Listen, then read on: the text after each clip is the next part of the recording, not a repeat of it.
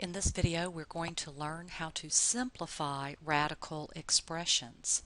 We're going to see cube roots and square roots that are not perfect, as in like the square root of 36 was just 6. Now we're going to see things like square root of 12, square root of 98, and we need to know how to simplify those. So we have a process that I've outlined over here to the right. We're going to prime factor the number. For a square root, we're going to look for pairs, cube root, 3 of a kind, fourth root, 4 of a kind, and so forth. And then we're going to take out those pairs or 3 of a kind.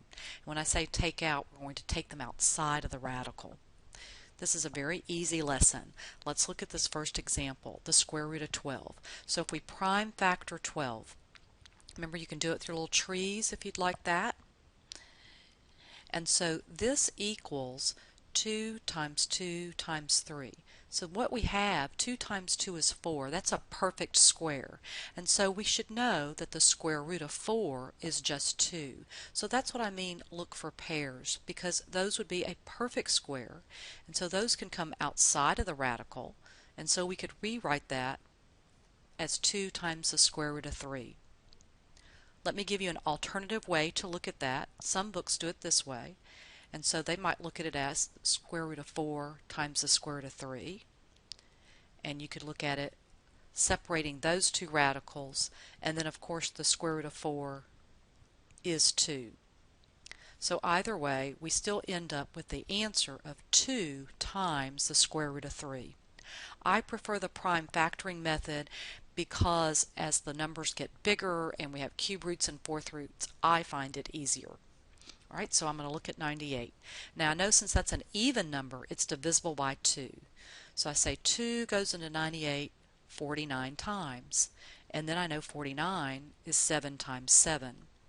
So I can look at this as 7 times 7 times 2. I have that perfect square, or that pair, that comes outside of the radical, so that's 7 times the square root of 2. Again, if you can do some prime factorization, which is just division, this is a very easy lesson. Alright, notice these two problems. We have a square root and we have a cube root. Well, let's do that square root one more time. 150, I know it ends with a 0, so I know that's divisible by 10. I know that's 10 times 15, that's 2 times 5, and that's 5 times 3. So I have a pair of 5s. So that's going to come outside of the radical. And then what do I have left? I have a 2 and a 3. And we need to multiply those together and get 6. So the square root of 150 is 5 times the square root of 6, because again, I had that perfect square in there. That's really 25, and the square root of 25 is just 5. Just don't forget, when you have other stuff that aren't paired up, you need to multiply all those back together. Now let's look at that cube root. Well, a cube root, we're looking for 3 of a kind. But my process is the same. I'm still going to do some prime factorization. So I think of this as 8 times 5. And I know 8 is 2 times 2 times 2. We've done that a lot in previous videos. And so because I'm looking for a perfect cube root, I have a 3 of a kind. So that's going to come outside of the radical. The 5 stays inside, and what you want to make sure you write is the cube root. This little number is very important. If you leave that out, then your answer is 2 times the square root of 5. And that's wrong. So that little bitty number right there, if you leave it out, that is going to cost you some points. You see we have 2 more cube roots, and again we're looking for 3 of a kind because those would be perfect cubes. So 54, I know that on my times table as 6 times 9. 6 can be broken apart as 2 times 3, and 9 as 3 times 3. So again, since I'm looking for a cube root, I'm looking for 3 of a kind, and so that comes outside of the radical, and then the 2 stays inside. And again, don't forget that little index to make sure we're talking about a cube root. Right, one more. 240, the numbers are getting a little bit bigger. I know that's 10 times 24 because that ends in 0. Then 10 is 2 times 5, and 24, well, It's a lot of things. The first thing that came to my mind was 6 times 4. I'm going to break that apart. I'm going to break that apart. Now that's a lot of numbers, so I'm just going to write this all out so I don't forget anything. I've got a 2, a 5, a 2, a 3. Oh, and I've made a mistake. That should be another 2, right? 4 is 2 times 2. So let me get this again. 2 times 5, 2 times 3, and 2 times 2. Do we have 3 of a kind? Let's see. I've got those two 2's with that 2. That would be 3 of a kind. So the 2 comes outside, then I have my cube root sign, and what do I have left that I didn't circle? A 2, a 5, and a 3. A 2, a 5, and a 3. Multiplying all that together, 2 times 5 is 10, times 3 is 30. So you can see how easy it is to make a little mistake. Just check your work.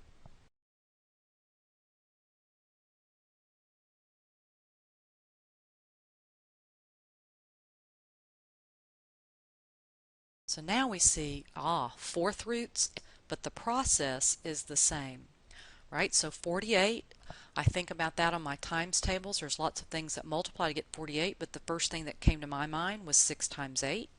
I'm going to break apart 6. I'm going to break apart 8, and I already know that that's 3 2's. And since this is the fourth root, I'm looking for 4 of a kind. And I have 4 2's.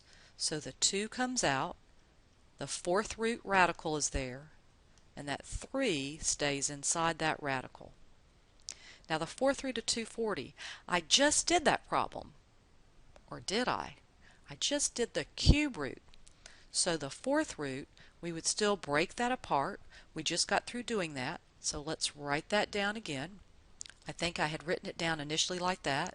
2 times 5 is the 10, and 2 times 3 is the 6, and 2 times 2 is the 4. It doesn't really matter how you got there, but that's the prime factorization. And that's why I like this method, because it works for any kind of radical. So I'm looking for not 3 of a kind, but 4 of a kind. So I've got those two 2's, that 2, and that 2. 1, 2, 3, 4 2's. So the 2 can come outside of the radical, which is a fourth root, and then I've got those two things left over, which is 5 times 3 is 15. Now if you go back at that and compare that to the answer of the cube root of 240, very different. And so that's why that little bitty index makes a difference. Now that's pretty easy. Those are with numbers. The next thing we're going to look at are the same thing except with variables. So you see we have the same problem, but not quite. One's a square root, one's a cube root. So what are we going to do? Square root, we look for pairs. So one method is to actually write what x cubed means. What does x squared mean? And since we're looking for a square root, I'm looking for 2 of a kind. So I have 2 x's and 2 y's. So both of those come outside of the radical, and then what I didn't circle stays inside. Very simple process. Is that going to be the same answer as the next one? No, because I'm looking for a cube root. So just like before, I have 3 x's and 2 y's, but I'm looking for 3 of a kind. So the x comes out. Oop, I left out my little index, and I've been fussing at y'all, so I need to put that little 3. And so I have the cube root of y times y, which is y squared. Now, my handwriting is really bad, so I'm going to write that one more time. So that's x cube root of y squared. Sometimes that little index there has a tendency to get too close to that, and it looks like an exponent. So try to be a little bit neater than me. What happens when those exponents get a little bit larger? Is there a better process than writing all those out and circling the little pairs? I think so. So let's look at that. These exponents aren't that large, and we're looking for the fourth root. But I want you to be reminded of something. What is that fourth root as an exponent? If you remember, the square root of, say, x is the same as x to the half power. The cube root is the 1/3 power, fourth root is the 1/4 power, and so forth. So I could rewrite this as x to the fourth, y to the fifth, z to the 6th, all raised to the 1/4 power. And then, using my rules of exponents, I actually could multiply those together, and I'd have x 4 over 4, y 5 over 4, and z 6 over 4. Now let's reduce. 4 over 4 is to the first power. But what about this? This is really dividing. How many times does 4 go into 5? Well, it goes in one time with 1 left over. So I'm going to write it like that, 1y and 1y. What about here? 4 goes into 6 one time with 2 left over.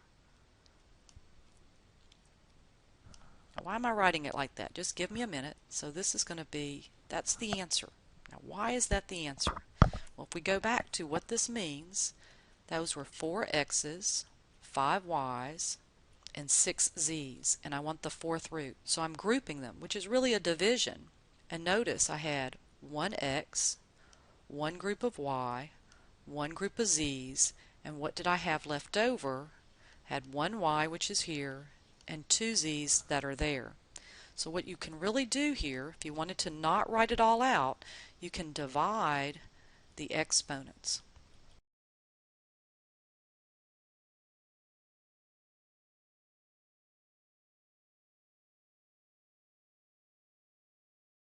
Let's look at one last example to try to convince you that why dividing the exponent would be a little bit easier. Okay, so here I have the 4th root, and look at those exponents. They're huge. I do not want to write out 100 x's. Okay, so again, I'm going to take the exponent and divide it by the root. And say, all right, that goes in there 25 times with none left over. 52, which is the next exponent, divided by 4, which is the root. That goes in there 13 times with none left over. But 31, let's see, 4 goes into 31, I think, 7 times. 7 times 4 is 28, with a remainder of 3. So the remainder is what stays inside the radical. Those would be the exponents. So I have x to the 25th, y to the 13th, z to the 7th, and then the 4th root of, what's the only thing I had a remainder of, were the z's, z cubed. Just give it a try.